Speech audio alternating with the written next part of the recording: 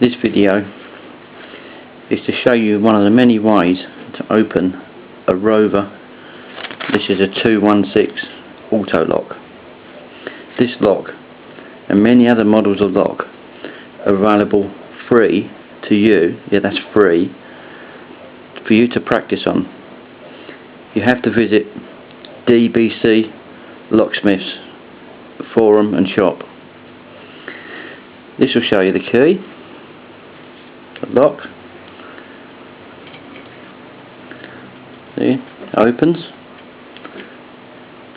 put the tip of the key in, it's locked. This is a tension wrench, you can buy these in the shop. Insert it into the keyway. You see, it's locked. This is a wafer rake, all available in the shop.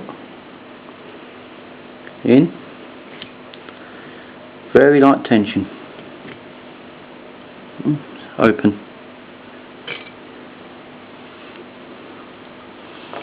And it's locked. It's gone back to its lock position. Key.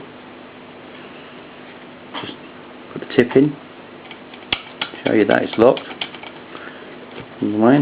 Unlocked. Visit DBC Locksmiths. Just Google us. We're right at the top.